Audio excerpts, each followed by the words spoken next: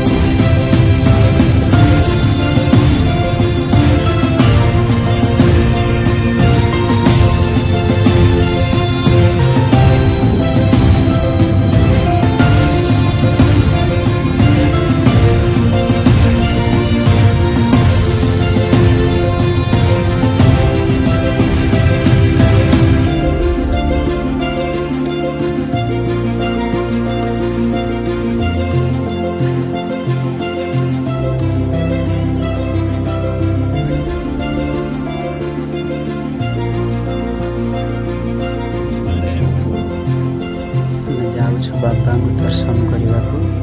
ଦର୍ଶନ କରିସାରି ଆପଣଙ୍କୁ ଦେଖେଇବୁ, ମାନେ ସବୁଆଡ଼େ ଦେଖେଇବୁ କେମିତି କ'ଣ ସବୁ ସୁନ୍ଦର ଅଛି, କେମିତି କ'ଣ ଲାଗୁଛି ଆପଣ ବି ମୋତେ କହିବେ।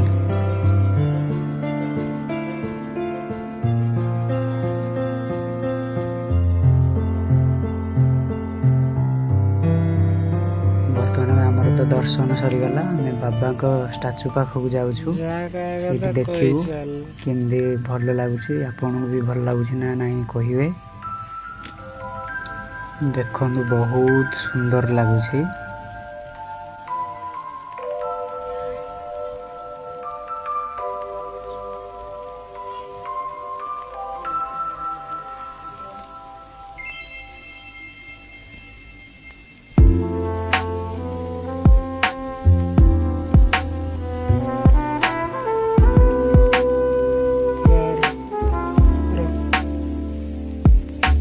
ଦେଖନ୍ତୁ ବହୁତ ସୁନ୍ଦର ଲାଗୁଛି, ପୁରା ମସ୍ତ ଲାଗୁଛି।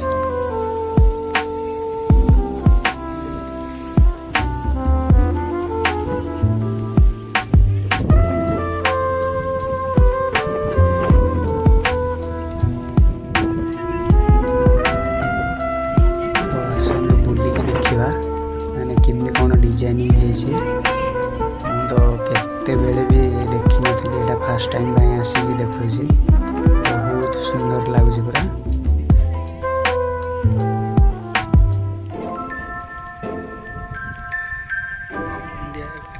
ଏପଟେ ବୁଲିଯିବା ଏପଟେ।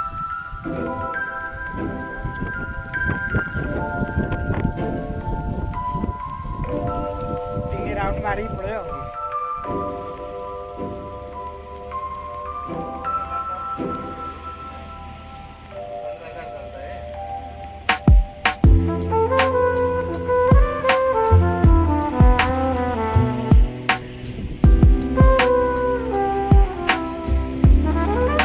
ଦେଖନ୍ତୁ 112 ଫୁଟର ଷ୍ଟାଚୁ ବାବାଙ୍କର, ମାନେ ବହୁତ ସୁନ୍ଦର ଲାଗୁଛି, ବହୁତ ବି ଭଲ ସଜାଡ଼ିଛନ୍ତି। ଚାରି ସାଇଡ଼ରେ କିଛି ଏପରିକା ଡିଜାଇନିଂ କରାଯାଇଛି, ବହୁତ ସୁନ୍ଦର ଲାଗୁଛି। ଆପଣ ବି ଆସନ୍ତୁ କେତେବେଳେ ବି ଆଦିୟୋଗି ଇଶା ବୁଲିକି ଯିବେ, ଭଲ ଲାଗୁଛି ନା ନାହିଁ ଆପଣ ବି କହିବେ। ସବୁ ଦେଖିଲେ କେମିତି ଲାଗିଲା କମେଣ୍ଟ ମାଧ୍ୟମରେ କହିବେ। ଆଉ ସେକେଣ୍ଡ ଟାଇମ୍ ଆସିଲେ ଆପଣଙ୍କୁ ଲାଇଟ୍ ଶୋ ଆପଣଙ୍କୁ ଦେଖେଇବୁ।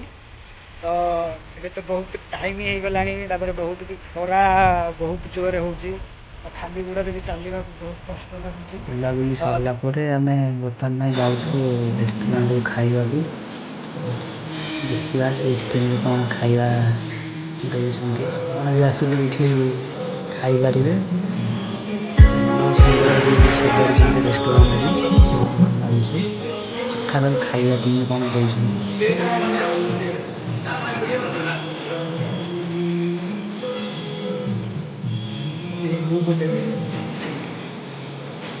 ଖାଇବା ଅର୍ଡ଼ର ଦେଇଥିଲି, ଆମର ଖାଇବା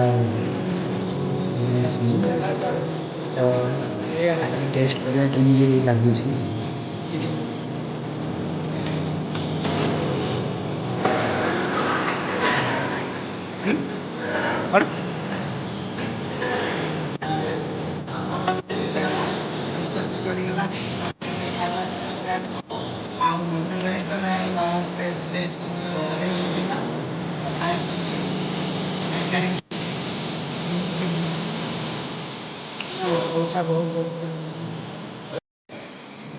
ଭାଇ ଆମ ବଡ଼ ବାବୁ ଖାଉଛନ୍ତି ପଲଉ, ଆଉ ମୁଁ ବି ଖାଉଛି, କିନ୍ତୁ ଟେଷ୍ଟ ତ ସେମିତି କିଛି ନାହିଁ, ମାନେ ପଇସା ବହୁତ ନେଉଛନ୍ତି। ଖାଇବା ତ ଛାଡ଼, ହେଲେ କ'ଣ ଏତେ ଦୂରକୁ ଆସିଛ ମାନେ ଏଇ ପାଖରେ ତ ଢାବା ଫାବା କିଛି ରହୁନି, ଖାଇବା ଜିନିଷ ତ କିଛି ମିଳୁନି। ଏଠି ବାଧ୍ୟ ହେଇକି ଯାହାକୁ ଭୋକ ଲାଗୁଛି ବାଧ୍ୟ ହେଇକି ଖାଇବ, ନହେଲେ ଭୋକ ଉପାସରେ ଯିବ ରୁମ୍କୁ, ନହେଲେ ଯାଇକି ମେଜେଷ୍ଟିକ୍ରେ ଖାଇବ।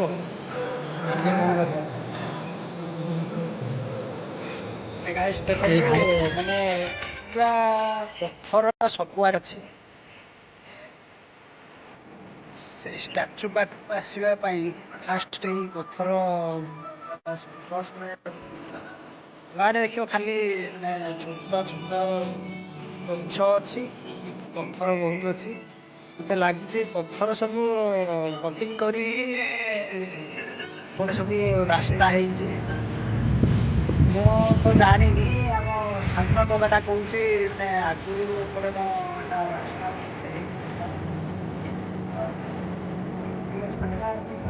ହେଇଯାଇଛି। ସବୁଆଡ଼େ ଖାଲି ଖାଲି ପଥର ଅଛି। ଏଇଟା